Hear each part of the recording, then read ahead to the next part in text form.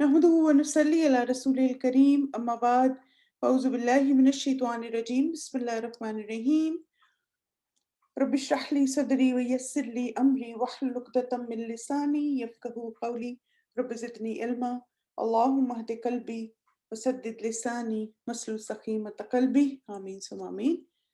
اچھا ماشاءاللہ آپ کو دو دعائیں یاد ہو گئی ہیں، آپ قیام میں مانگ رہی ہیں، ماشاءاللہ آپ نماز کے بعد پڑھتی ہیں، ویری گڈ ایکسلنٹ، بالکل۔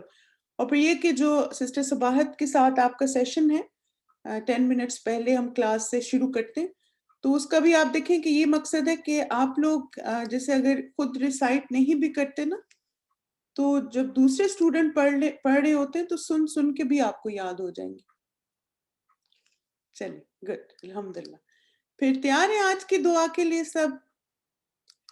چلیں ایسا کرتے ہیں کہ انشاءاللہ نئی دعائیں شروع کرنے سے پہلے ایک دفعہ پرانی جتنی ہماری دعائیں ابھی تک الحمدللہ کتنی دعائیں ہم نے سیکھ لی ہیں یہ بتائیں؟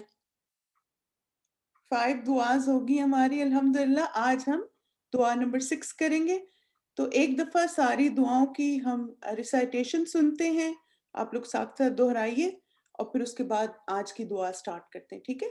چلیے بسم اللہ۔ ثم إني أعوذ بك أن أشرك بك وأنا أعلم وأستغفرك لما لا أعلم. اللهم إني أعوذ بك أن أشرك بك وأنا أعلم وأستغفرك لما لا أعلم. اللهم إني أعوذ بك أن أشرك بك وأنا أعلم وأستغفرك لما لا أعلم. أعوذ بكلمات الله التامة من غضبه وشر عباده ومن همزات الشياطين وأن يحضرون. أعوذ بكلمات الله التامة من غضبه وشر عباده ومن همزات الشياطين وأن يحضرون. أعوذ بكلمات الله التامة من غضبه وشر عباده ومن همزات الشياطين وأن يحضرون. اللهم استر عوراتنا وآمن روعاتنا. اللهم استر عوراتنا وآمن روعاتنا. اللهم استر عوراتنا وآمن روعاتنا. إنا لله وإنا إليه راجعون. اللهم عندك احتسبت مصيبتي فأجرني فيها وعوضني منها. إنا لله وإنا إليه راجعون. اللهم عندك احتسبت مصيبتي فأجرني فيها وعوضني منها. إنا لله وإنا إليه راجعون. اللهم عندك احتسبت مصيبتي فأجرني فيها وعوضني منها.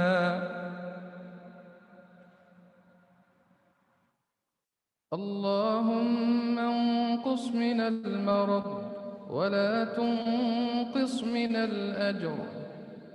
اللهم انقص من المرض ولا تنقص من الأجر. اللهم انقص من المرض ولا تنقص من الأجر. چلیں آمین ثم آمین. اچھا آپ کہہ رہے ہیں کہ انشاءاللہ آپ اگر چینل میں دیکھیں تو آڈیو بھی شیئر ہوتی ہے اور ویڈیو بھی نا، تو اسی لیے میں نے بالکل سیشن کے شروع میں آپ کو ساری دعائیں سنوا دی ہیں، تو آپ شروع کا حصہ پلے کر کے بار بار ان کو سن سکتے ہیں. ٹھیک ہے، اسی لیے میں نے کہا کہ ایک دفعہ ساری دعائیں اکٹھی ریکارڈنگ میں آ جائیں تاکہ آپ سن کے انشاءاللہ پکا کر لیں ان کو. ٹھیک ہے، چلیے پھر آج کی دعا کے لیے تیار ہیں؟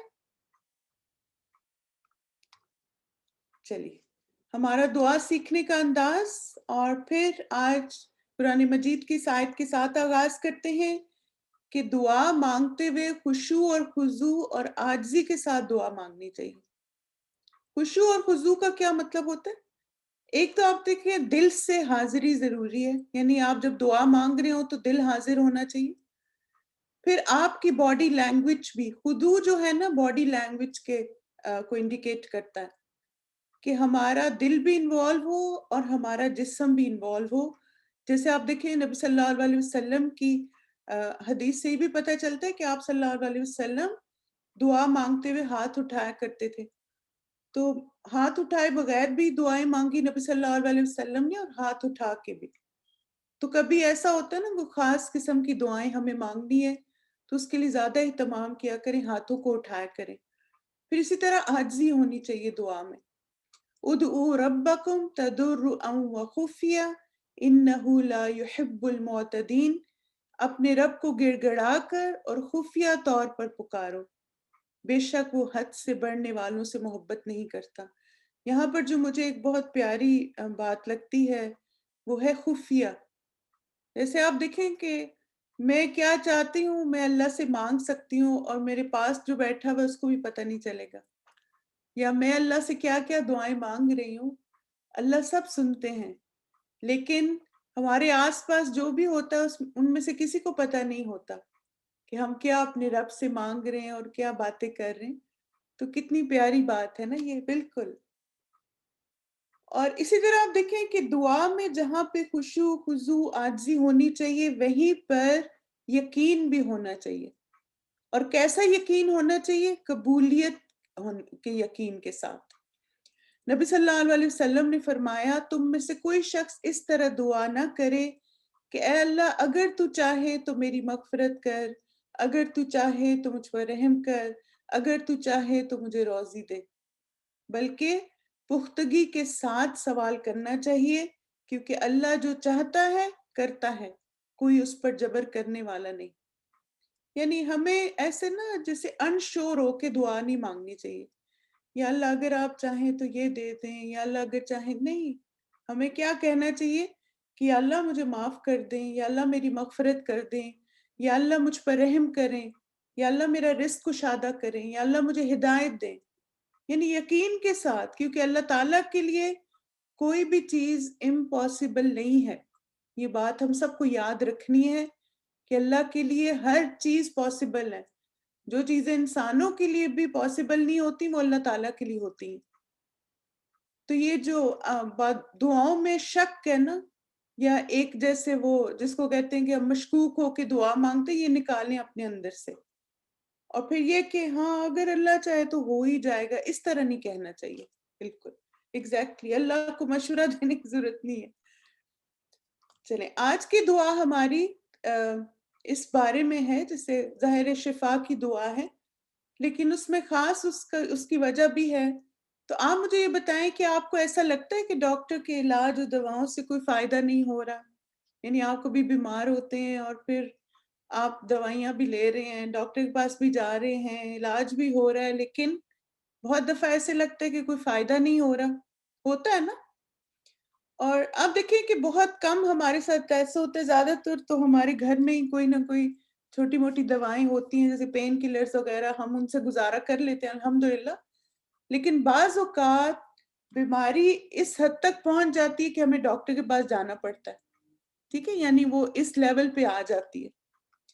اب کیا ہوتا ہے کہ ہمارا ذہن جو ہے نا، اللہ سبحانہ تعالیٰ نے ایک بڑی زبردست قسم کی چیز ہمیں نعمت دی ہے، اور اس کو قوت بھی بہت زیادہ دی ہے. تو ہمارا ذہن جو ہے نا ہر طرح کے حالات کے گمان بنا لیتا ہے. جیسے مثلاً آپ چاہتے ہیں ایک خاص ڈاکٹر کے پاس جانا، آپ کو کسی اور کے پاس جانا پڑتا ہے. تب آپ کہتے ہیں چونکہ یہ میرا ڈاکٹر نہیں، اس کو پتہ نہیں، یہ میری ڈاکٹر نہیں ہے، اس کو پتہ نہیں کچھ.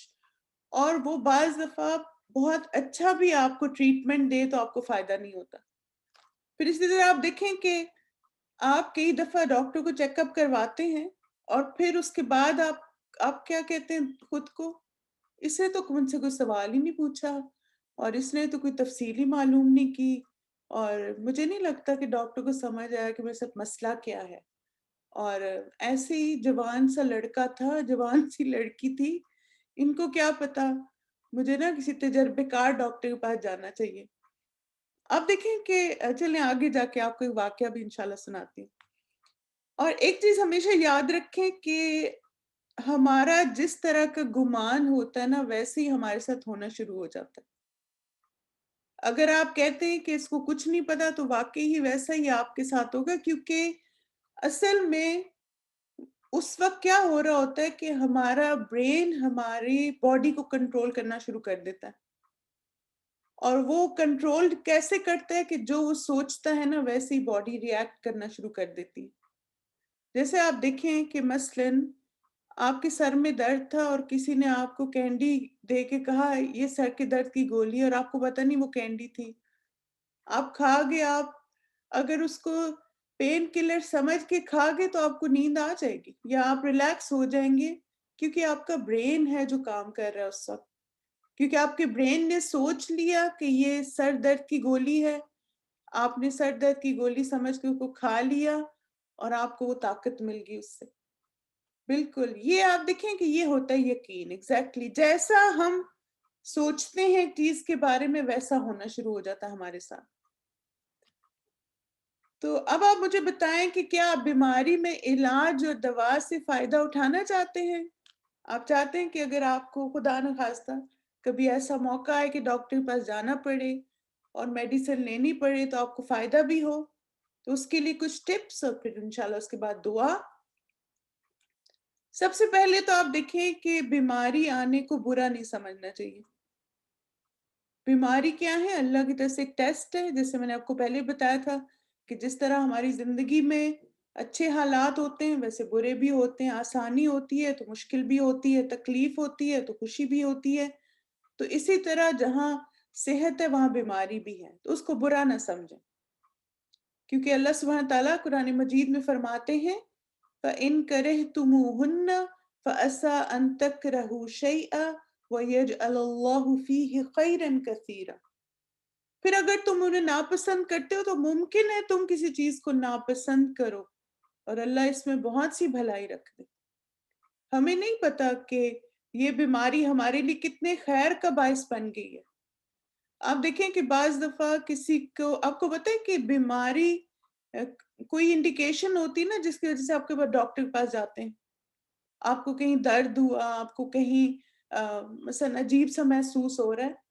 بہت سارے لوگ ہوتے ہیں ان کو کوئی فیلنگ نہیں ہوتی، اور جب انہیں ایک دم سے پتہ چلتا ہے کہ یہ تو ناسور بن گیا ان کے اندر، تو یہ بھی اللہ کی رحمت ہوتی ہے کہ وقت پر کوئی بیماری ڈائیگنوز ہو جائے اور ہم اس کا علاج کر لیں. تو اس پہ اللہ کا شکر ادا کریں کہ اللہ تعالیٰ نے بڑی تکلیف سے، بڑی مصیبت سے، پریشانی سے بچا لیا، اور الحمدللہ ابھی ایسی سٹیج پہ ہیں کہ علاج کر سکتے ہیں اور اپنے آپ کو صحت کی طرف لے جا سکتے ہیں انشاءاللہ. تو سب سے پہلے تو آپ دیکھیں کہ اللہ کا شکر ادا کریں، اور اس بیماری اور تکلیف میں آپ کیسے کہیں گے؟ کوئی آپ سے کہ کیا حال ہے تو آپ کہیں گے الحمدللہ علی کل حال. ٹھیک ہے، جیسے ہوتا ہے نا کہ انسان ظاہر ہے تھوڑا سا ڈاؤن ہوتا ہے تو وہ کہنا مشکل ہوتا ہے. خالی الحمدللہ کہیں تو بہت ہی اچھا ہے، لیکن ایک جواب آپ کیا دے سکتے ہیں؟ الحمدللہ علی کل حال. اور یہ آپ شکر گزاری کا اظہار ہوتا ہے بیماری میں. کیونکہ آپ دیکھیں کہ کسی بندے سے پوچھا گیا اب صبر جمیل کیا ہے؟ یعقوب علیہ السلام نے صبر جمیل کیا تھا نا، تو اس نے کہا کہ تم آزمائش میں مبتلا ہو اور تمہارا دل الحمدللہ کہتا ہو. تو اس لیے ہم پہ بیماری آئی، ہم پہ مشکل آئی، اور ہم جب الحمدللہ کہتے ہیں تو یہ اصل میں صبر جمیل، ہائی لیول آف صبر ہے۔ اب آپ دیکھیں کہ دل سے شکر گزاری کا اظہار کیسے کریں، تو اس کے بارے میں کہا جاتا ہے کہ ہماری زندگی میں جو مختلف دور گزرتے ہیں، مختلف چیزیں گزرتی ہیں، اس میں ہمارا رد عمل بتاتا ہے کہ ہم کتنے شکر گزار ہیں۔ جیسے مثلا آپ کی جاب چلی گی تو کوئی آپ کو کہتا ہے جاب چلی گی، تو آپ کے ہاں دیکھو نا یہ کووڈ نے آ کے کیا کر دیا، میری جاب ہی چلے گی۔ پہلا ریئیکشن کیا ہونا چاہیے؟ الحمدللہ، اللہ کی ذات رازق ہے، ایک رستہ بند ہوا، اللہ اور رستے کھول دیں گے۔ بالکل۔ تو آپ کے جو مختلف چیزوں میں ریئیکشنز ہیں نا، مثلا آپ کے ہاتھ سے گلاس گر کے ٹوٹ گیا، آپ سے پانی گر گیا، بچے نے کچھ گرا دیا، فوراً آپ اس وقت الحمدللہ کہنا سیکھیں، کیونکہ وہ بتاتا ہے کہ ہمارے اندر شکر گزاری کی تھی۔ ہم فوراً نیگیٹو جملے بولتے ہیں، تو نیگیٹو باتوں سے پرہیز کریں۔ پھر آپ دیکھیں مسکرائیں، کہ اگر کوئی بیمار ہو تو اس کو مسکرانا منع ہے؟ اگر آپ کی طبیعت خراب ہو تو آپ پہ مسکرانا حرام ہو جاتا ہے؟ یہ بتائیں۔ کسی نے آپ کو کہا ہے کہ اگر آپ بیمار ہیں تو اب آپ مسکرا نہیں سکتے؟ نہیں، کیوں نہیں؟ مسکرائیں۔ کیوں؟ اب دیکھیں مسکرانا ہماری اپنے لیے سب سے اچھا ہے، اور جب دوسرے بھی آپ کو دیکھیں گے تو ان کو بھی اچھا فیل ہوگا۔ آپ دیکھیں گھر والے بعض دفعہ اظہار نہیں کرتے، لیکن وہ پریشان تو ہوتے ہیں نا آپ کے لیے کہ آپ کی طبیعت ٹھیک نہیں ہے، اور جب آپ کو وہ دیکھیں اور آپ مسکرائیں تو آپ صدقہ بھی کریں گی، آپ سنت کو بھی فالو کریں گی، اور آپ اچھا فیل بھی کریں گی۔ تو اس لیے مسکرانا سیکھیں۔ پھر اسی طرح آپ دیکھیں کہ اللہ تعالیٰ پر توکل اور بھروسہ کریں کہ اللہ کے لیے ہر بات ممکن ہے۔ یہ بات اپنے آپ کو اپنے بار بار کہنی ہے، چاہے ڈاکٹر آپ کو جتنا مرضی مایوس کر دیں، چاہے ڈاکٹر آپ کو کہے آپ کے پاس 1 ہفتہ آپ مر جائیں گے، آپ کے 3 مہینے بس آپ مر جائیں گے۔ زندگی اور موت جو ہے نا اللہ کے ہاتھ میں، ڈاکٹرز کے ہاتھ میں نہیں ہے۔ چاہے ڈاکٹر آپ کو کہیں کہ آپ کا مرض لا علاج ہے، آپ نے ان کی بات سن لینی ہے، لیکن آپ کا توکل اور بھروسہ اللہ پر ہونا چاہیے۔ پھر اسی طرح آپ دیکھیں کہ اپنا خیال خود رکھنا سیکھیں، دوسروں سے توقعات نہ رکھیں۔ جب آپ بیمار ہیں نا تو آپ دیکھیں، میں کبھی جیسے اگر طبیعت خراب ہوتی ہے تو میں اپنے آپ کو یہ کہتی ہوں کہ مثلا میں کیوں سوچوں میرے گھر والے میرے خیال رکھیں، کیونکہ میرے گھر والے پوری زندگی تو میرے ساتھ نہیں ہوں گے نا۔ جیسے بعض دفعہ ماں باپ ہوتے ہیں تو بچوں پہ ڈیپینڈنٹ ہو جاتے ہیں، بچے ہیں تو ماں باپ پہ ہو جاتے ہیں۔ تو آپ دیکھیں کہ اپنے آپ کو بار بار اس بات کی یاد دہانی کروائیں کہ کوئی بھی ہمیشہ نہیں رہے گا ہمارے ساتھ۔ اپنا لائف سٹائل ایسے بنائیں کہ آپ نے اپنا خیال خود رکھنا ہے، اپنی صحت کا، اپنے جذبات کا، اپنی روح کا، یعنی اپنی روحانیت کا، ہر چیز کا آپ نے خود خیال رکھنا ہے۔ یہ نہ سوچیں کہ ہر وقت کوئی آپ کو دھکا دیتا رہے یا کوئی آپ کو بتاتا رہے آپ کو کیا کرنا ہے۔ الحمدللہ اللہ تعالیٰ نے ہمیں قرآن اور سنت جیسی نعمت دی، ہمیں پورا زندگی گزارنے کا طریقہ بتا دیا اس میں، اور پھر جب بھی کوئی مشکل پریشانی آئے تو ہم نے اپنا خیال خود رکھنا ہے، ٹھیک ہے؟ کسی سے ایکسپیکٹیشنز نہیں رکھنی، بالکل۔ اور آپ دیکھنا کہ آپ کی آدھی بیماری چلی جائے گی جب آپ دوسروں سے توقعات رکھنا چھوڑ دیں گے، کیونکہ بعض ہم بیمار ہوتے ہیں پھر ایک ہم سوچنا شروع کر دیتے ہیں، وہ نہیں آیا، اس نے نہیں پوچھا، فلانے نے نہیں پوچھا۔ میں اپنے فیملی میں کچھ بزرگوں کو دیکھتی ہوں، ان سے ملاقات ہوتی ہے، جب کبھی وہ بیمار ہوں یا فون کروں تو سب سے پہلے بتاتے ہیں کہ کس کس نے ان کو نہیں فون کیا ان کی بیماری میں۔ تو اب آپ دیکھیں کہ یہ کیا ہے، ایکسپیکٹیشنز ہے نا، کہ مثلا دیکھو نا امی کو پتا تھا میں بیمار ہوں، میں نے میسج بھی کر کے بتایا اپنی بہن کو، اور اس نے بھائی کو بتایا تھا، مگر مجھے فون نہیں کیا کسی نے مجھے پوچھا نہیں۔ کیوں ہم ہر وقت لوگوں کے سہاروں کے محتاج ہیں؟ ہمارا رب ہے نا ہمارے پاس، اور وہ ہے ہمارے ساتھ 24/7۔ اس سے توقع رکھیں، اور آپ دیکھیں آپ یقین کریں، میں آپ کو ایک بہت جس کو کہتے ہیں نا لائف مینجمنٹ ٹپ دے رہی ہوں، کہ جب ہم لوگوں سے توقعات چھوڑ دیتے ہیں اور صرف اللہ تعالیٰ پر توکل بھروسہ کرتے ہیں تو لوگ ویسے ہی ہو جاتے ہیں جیسے ہم چاہتے ہیں. آپ تجربہ کر کے دیکھیں، تجربہ شرط ہے، ٹھیک ہے. پھر اسی طرح آپ دیکھیں کہ بیماری میں ایک تو مثبت سوچیں اور اچھا گمان رکھیں کہ اس میں سے خیر نکلے گی انشاءاللہ. اور پھر خوب دعائیں مانگیں. جب آپ بیمار ہو آپ سوچا کریں کہ میں بیمار ہوں، میری دعائیں قبول ہو رہی ہیں، الحمدللہ اللہ کل حال. میرے سر میں درد ہے، الحمدللہ اللہ کل حال. میں خوب دعائیں مانگوں. جب آپ بیمار ہوں آپ سوچیں اللہ تعالیٰ نے آپ کو ایک موقع دے دیا دعا ان انسانوں میں سے بننے کا جن کی دعائیں قبول ہوتی. رسول اللہ صلی اللہ علیہ وسلم نے فرمایا جب تم مریض یا میت کے پاس جاؤ تو اچھی بات کہو کیونکہ فرشتے تمہاری بات پر آمین کہیں گے. آپ بیماری میں جو کچھ بول رہے ہوتے ہیں فرشتے اس پر آمین کہہ رہے ہوتے ہیں. تو کیا ہمیں پھر کمپلینس کرنی چاہیے اس وقت شکایتیں کرنی چاہیے. اور اسی طرح آپ دیکھیں دونوں طرح، مریض جو کہتا ہے اس پہ بھی فرشتے آمین کہتے ہیں، اور جو اس کی عیادت کے لیے آتے ہیں، اس کو پوچھنے آتے ہیں، ان کو وہ جو کچھ کہتے ہیں اس پہ بھی فرشتے آمین کہتے ہیں. تو ہم جب جائیں ہم بھی اچھی بات کریں، اچھی اچھی دعائیں دیں مریض کو، اپنے لیے بھی دعائیں مانگیں اور اس سے کہیں کہ وہ بھی اچھی اچھی دعائیں مانگیں کیونکہ اس کی تو دعائیں قبول ہو رہی ہیں. اور پھر آپ دیکھیں کہ ایک چیز ہمیشہ یاد رکھیں کہ اس دنیا میں کوئی بھی چیز ہمیشہ نہیں رہے گی، ہر ایک کو ختم ہونا انکلوڈنگ اس. لیکن ایک وہ جگہ ہے جہاں پہ ہر چیز فار ایور ہے. ہم وہاں پہ صحت مند بھی ہوں گے، وہاں کسی چیز سے ہمیں محرومی نہیں ہوگی، کوئی پریشانیاں نہیں ہوں گی، کوئی بڑھاپا نہیں ہوگا، کوئی موت نہیں ہوگی، اور وہ ہے جنت. تو اس لیے دنیا میں جتنی مرضی انسان تکلیفیں اٹھائے انشاءاللہ اگر اچھے گمان کے ساتھ اور اللہ پہ توکل کے ساتھ، ایمان اور تقوی کے ساتھ زندگی گزارتا ہے تو انشاءاللہ وہ پھر ایور لاسٹنگ زندگی انجوائے کرے گا.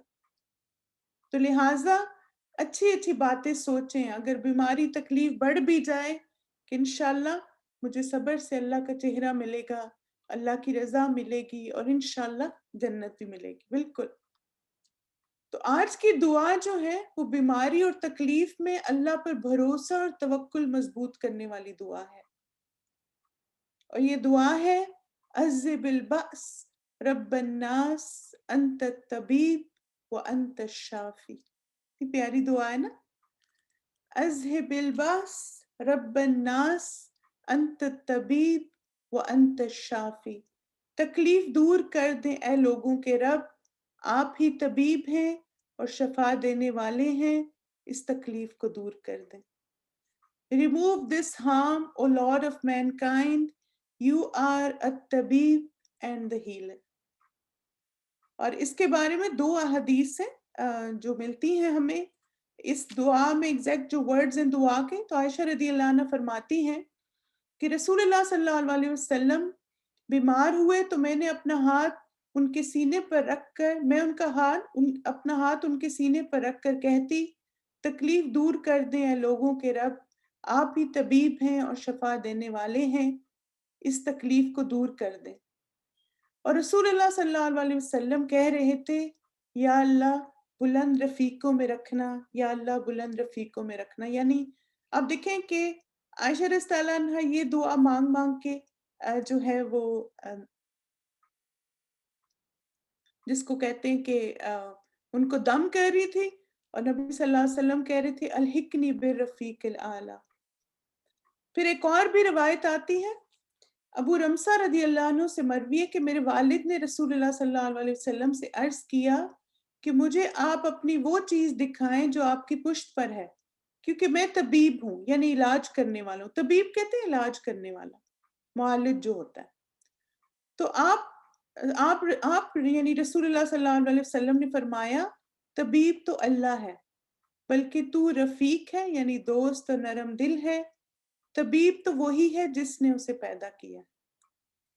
تو یہاں بھی آپ دیکھیں کہ اس دعا کی خاص بات یہ ہے کہ ہم ڈاکٹر پہ بھروسہ کرنے کے بجائے اللہ کی ذات پہ بھروسہ کرتے ہیں. تو اب آپ نے اس دعا کو سیکھنے میں ایک چیز جو آپ نے اپنے اندر ڈیولپ کرنی ہے وہ کیا ہے؟ کہ ڈاکٹر کے ہاتھ میں شفا رکھنے والا کون ہے؟ اللہ تعالیٰ. میرے لیے دوائیوں میں شفا رکھنے والا کون ہے؟ اللہ تعالیٰ.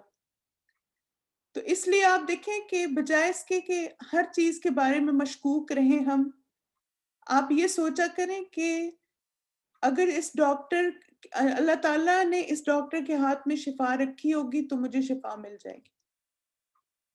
اور آپ اس طرح دعا مانگ کے جایا کریں. مجھے یاد ہے ہم نے کلاس میں استاذہ نے ہمیں، استاذہ فرحت ہاشمی جو ہماری ٹیچر ہے، انہوں نے بتایا تھا کہ وہ کہتی ہیں کہ میں جب بھی کسی ڈاکٹر کے پاس جاتی ہوں تو میں دعا مانگتی ہوں کہ یا اللہ اس ڈاکٹر کے ہاتھ میں میرے لیے شفا رکھ دے. تو آپ دیکھیں کہ جیسے میں ابھی آپ کو جو واقعہ سنا رہی تھی، میں کسی پرابلم کی وجہ سے گئی ڈاکٹر کے پاس، تو مجھے کسی نے کہا یہ تو بالکل ینگ ہے، اتنا ایکسپیرینس نہیں ہے، لڑکا سا ہے اور اس طرح سے. تو پھر ظاہر ہے وہ وجہ اس کی یہ تھی کہ وہ کلینک ہمارے گھر کے بہت قریب تھا، ذرا کنوینئنٹ تھا ہمارے لیے. تو خیر میں اللہ سے دعا مانگ کے گئی، میں نے کہا یا اللہ اس ڈاکٹر کے ہاتھ میں میرے لیے شفا رکھ دینا. اور آپ یقین کریں الحمدللہ مجھے اتنا فائدہ ہوا اس کے ٹریٹمنٹ سے. اور سب سے اچھی بات یہ تھی اس کی کہ وہ بہت پازیٹیو ڈاکٹر تھا، شاید ینگ تھا. تو میں نے نوٹس کیا کہ جو جتنا ایکسپیرینس ہوتا ہے نا جن کے پاس، تو بعض بہت نیگیٹو باتیں کرتے ہیں، لیکن الحمدللہ دعا کا فائدہ یہ ہوا کہ اللہ تعالیٰ نے اس کے ہاتھ میں میرے لیے شفا رکھ دی، اور اس نے بہت اچھے سے مجھے گائیڈ بھی کیا اور سب چیزیں بھی بتائیں. تو اس لیے آپ دیکھیں کہ ڈاکٹروں پہ کبھی بھروسہ نہیں کرنا. اور اسی طرح کوئی بھی دوائی آپ لیتے ہیں، آپ نے ہمیشہ یہ دعا مانگنی ہے تاکہ آپ کا یقین بڑھے کہ اللہ نے اس میں شفا ڈالنی ہے. چلیں اب اس کو سیکھتے ہیں دعا کو. اذہب البأس، تکلیف دور کر دیں. رب الناس، لوگوں کے رب. انت الطبیب، آپ ہی طبیب ہیں. وانت الشافی، اور آپ ہی شفا دینے والے ہیں. اذہب الباس، رب الناس، انت الطبیب وانت الشافی. تکلیف دور کر دیں اے لوگوں کے رب، آپ ہی طبیب ہیں اور شفا دینے والے ہیں. چلیے ایسے کرتے ہیں کہ اس دعا کو سن لیتے ہیں، پھر اس کے بعد میں آپ کو انشاءاللہ ایک دو اور دعائیں بھی بتاتی ہوں اسی سے ملتی جلتی جو کہ احادیث میں آتی ہیں، مگر یہ چونکہ تھوڑی نئی دعا تھی اس لیے آپ کو سکھائی. أذهب الباس رب الناس أنت الطبيب وأنت الشافي. أذهب الباس رب الناس أنت الطبيب وأنت الشافي. أذهب الباس رب الناس أنت الطبيب وأنت الشافي.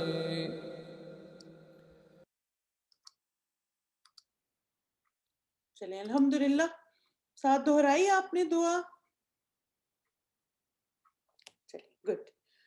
اب دیکھیں اس سے ملتی جلتی اور بھی دعائیں ہمیں دعاؤں کی بکس میں ملتی ہیں. الحمدللہ ایاک نستعین میں آپ کو یہ دعا مل جائے گی.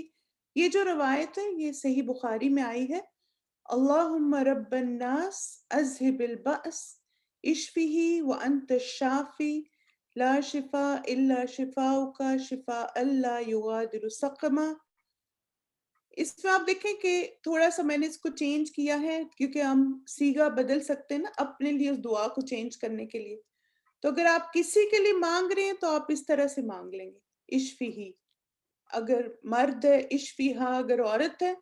لیکن اپنے لیے کیسے مانگیں گے؟ اس طرح اللہم رب الناس اذہب الباس اشفنی وانت الشافی لا شفاء الا شفاؤک شفاء لا یغادر سقما. اے اللہ لوگوں کے رب، تکلیف کو دور کر دیں اور شفا عطا فرمائیں مجھے، اور آپ ہی شفا دینے والے ہیں. آپ کی شفا کے سوا کوئی شفا نہیں، ایسی شفا جو بیماری کو باقی نہ چھوڑ. کتنی مکمل و پیاری دعا ہے نا. اور اسی طرح آپ دیکھیں کہ بیماری اور تکلیف میں زبان سے اچھی باتیں کرنی چاہیے. نبی صلی اللہ علیہ وسلم نے فرمایا کہ بندہ اللہ تعالیٰ کی رضامندی کے لیے ایک بات زبان سے نکالتا ہے اور اسے وہ کوئی اہمیت بھی نہیں دیتا، مگر اسی کی وجہ سے اللہ اس کے درجے بلند کر دیتا ہے. یعنی آپ نے بیماری میں الحمدللہ علی کل حال کہا، یہ دعا مانگی، اور کوئی دوسرا بندہ ایک ایسا کلمہ زبان سے نکالتا ہے جو اللہ تعالیٰ کی ناراضگی کا باعث ہوتا ہے، اور وہ بندہ اسے کوئی اہمیت بھی نہیں دیتا، لیکن اس کی وجہ سے وہ جہنم میں جا گرتا ہے.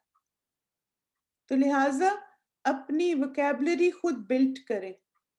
اپنی وکیبلری میں جو آپ بولتے ہیں ہر وقت الفاظ، اچھے الفاظ کی ڈکشنری بنائیں، اپنی سیلف ڈکشنری، اور جتنی نیگیٹو اور گندی اور بری باتیں وہ سب اس میں سے نکالیں. ٹھیک ہے؟ چلیے مائنڈ میپ دیکھیے اس دعا کا. اذهب الباس رب الناس انت الطبیب وانت الشافی. یاد ہوگی آپ کو دعا، یہ اتنی دفعہ ریپیٹ ہوئی ہے الحمدللہ. چلیے ماشاءاللہ، اللہ مبارک. چلیے آپ کا ہوم ورک ہے، انشاءاللہ آپ نے اس ایکٹیویٹی شیٹ کو سالو کرنا ہے، اس دعا کو یاد کرنا ہے، اور دوسروں کے ساتھ بھی شیئر کریں، دوسروں کو بھی سکھائیں تاکہ آپ کے لیے صدقہ جاریہ ہو. اور آپ دیکھیں کہ خاص طور پر آج کل کے حالات میں لوگ اتنے بیمار ہیں، اتنے مایوس ہیں. یعنی آپ دیکھیں بیماری تو آ ہی جاتی ہے اللہ کی طرف سے جب انسان کی تقدیر میں ہو، لیکن ایک چیز جو بہت جس کو کہتے ہیں نا کہ اچھی نہیں ہو رہی، وہ یہ ہے کہ لوگ ڈس اپوائنٹ ہو رہے ہیں بیماریوں سے، اور ان کو یہ لگتا ہے کہ ہمیں کرونا ہو گیا تو اب ہم مر ہی جائیں گے شاید. اب دیکھیے کہ چاہے کرونا ہو، چاہے ہارٹ اٹیک ہو، چاہے وہ فیور ہو، جب موت کا وقت آتا ہے نا تو کوئی چیز بہانہ بن جاتی. اس کو ہمیشہ یاد رکھیں. یعنی ہم یہ نہیں کہہ سکتے کہ کرونا نہ ہوتا تو فلانا مرتا، نہیں. ان کی موت کا یہ وقت لکھا ہوا تھا اور انہوں نے اسی وقت دنیا سے جانا تھا. تو لہٰذا آپ مایوسی کے بجائے جتنی بھی زندگی ہے، آپ دیکھیں ہو سکتا ہے نا کرونا سے ہی موت لکھی ہوئی ہو، لیکن وہ وقت اللہ کے ذکر میں، نیکیوں میں اور اچھی امید کے ساتھ گزاریں.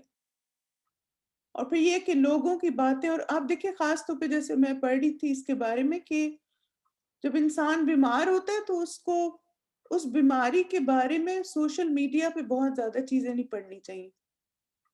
یعنی آپ یہ نہ پڑھنا شروع ہو جائیں کہ جن کو کووڈ ہوا ان کے ساتھ کیا کیا ہوا. ہم مسلمان ہیں الحمدللہ، ہم نے کیا کرنا ہے؟ بس یہ والی دعا کثرت سے مانگنی ہے. ٹھیک ہے؟ چلیے جزاکم اللہ خیرن کثیرہ مائی ڈیئر اسٹوڈنٹس، بارک اللہ فیکم. انشاءاللہ آپ لوگوں سے کل ملاقات ہوگی ایک نئی دعا کے ساتھ. اپنا خیال رکھیے گا. سبحانک اللہم و بحمدک، اشہد ان لا الہ الا انت، استغفرک و اتوب الیک. السلام علیکم ورحمۃ اللہ وبرکاتہ. وإیاکم آمین.